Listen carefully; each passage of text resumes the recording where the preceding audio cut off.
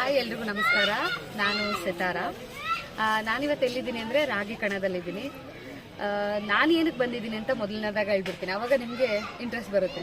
So ನಾನು ಇಲ್ಲಿಗೆ ಏನಕ್ಕೆ ಬರ್ತಿದ್ದೀನಿ ಅಂದರೆ, ನಾನು ಚಿಕ್ಕವಳಿದ್ದಾಗ ನಮ್ಮ ಅಜ್ಜಿ ಎಲ್ಲ ಅಥೆಂಟಿಕ್ ಫುಡ್ ಅಂತ ಮಾಡ್ತಿದ್ರು. ಅಂದರೆ ಈಗ ನಮ್ಗೆ ಅದು ಸಿಗ್ತಾ ಇಲ್ಲ, ಎಲ್ಲ ಟೇಸ್ಟಿಂಗ್ ಪೌಡ್ರ್ ಹಾಕಿರೋದು ಅಥವಾ ಕಲರ್ಫುಲ್ ಆಗಿರೋ ಫುಡ್ಗಳು ಸಿಗ್ತಾ ಇದೆ ನಮಗೆ.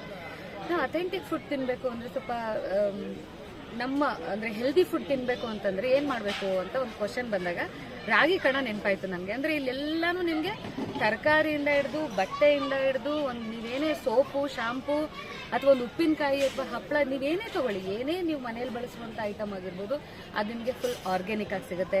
ಇವರೇ ಬೆಳೆದಿರೋದನ್ನು ತಂದು ಇಲ್ಲಿ ಸೇಲ್ ಮಾಡ್ತಾರೆ. ಆಮೇಲೆ ಕಾಟನ್ ಬಟ್ಟೆಗಳು ಸಿಗುತ್ತೆ ನಿಮಗೆ. ಹಪ್ಪಳ ಶಂಡಿಗೆ ಎಲ್ಲ ನಾವು ಗೊತ್ತಲ್ವ, ಅಜ್ಜನ ಕಾಲದಲ್ಲಿ ತಿಂತಿದ್ವಿ. ಈಗ ಮಾತೆತ್ತಿದ್ರೆ ಫ್ರೆಂಚ್ ಫ್ರೈಸು, ಆಮೇಲೆ ಇನ್ನೇನೋ ಪಿಜ್ಜಾ ಬರ್ಗರ್ ಅಂತೆಲ್ಲ ಹೋಗ್ತೀವಿ. ಆ ಫುಡ್ಗಳ ಬಗ್ಗೆ ನನಗೇನು ವಿರೋಧ ಇಲ್ಲ, ಆದರೆ ಅದು ಯಾವುದು ಹೆಲ್ತಿಗೆ ಒಳ್ಳೇದಲ್ಲ ಅನ್ನೋದು ನನ್ನ ಅಭಿಪ್ರಾಯ. ಸೊ ಇಲ್ಲಿ ನಿಮಗೆ ಆ ಥರ ಒಂದು ಅಥೆಂಟಿಕ್ ಫುಡ್ಡು ಮಾಡುವಂಥ ಒಂದಷ್ಟು ಐಟಮ್ಗಳು ಸಿಗುತ್ತೆ.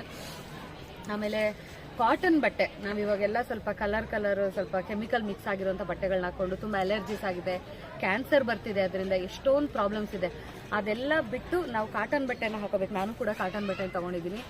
ಇಲ್ಲಿಗೆ ನಾನು ಬರೋ ಮೂಲ ಉದ್ದೇಶ ಅಂದರೆ ಅದೇನೆ, ನನಗೆಲ್ಲ ಆರ್ಗ್ಯಾನಿಕ್ ಆಗಿ ಸಿಗುತ್ತೆ, ತುಂಬ ಹೆಲ್ದಿ ಆಗಿರೋದು ಸಿಗುತ್ತೆ, ಒಳ್ಳೊಳ್ಳೆ ಊಟ ಮಾಡಿರ್ತಾರೆ, ಅವರೇ ಇಲ್ಲೇ ರೆಡಿ ಮಾಡಿ ನಮಗೆ ಪ್ರಿಪೇರ್ ಮಾಡಿ ಕೊಡ್ತಾರೆ. ಸೊ ಈ ಒಂದು ಒಳ್ಳೆ ಉದ್ದೇಶ ಇಟ್ಕೊಂಡು ನಾನು ರಾಗಿ ಕಣಕ್ಕೆ ಬರ್ತಾ ಇದ್ದೀನಿ.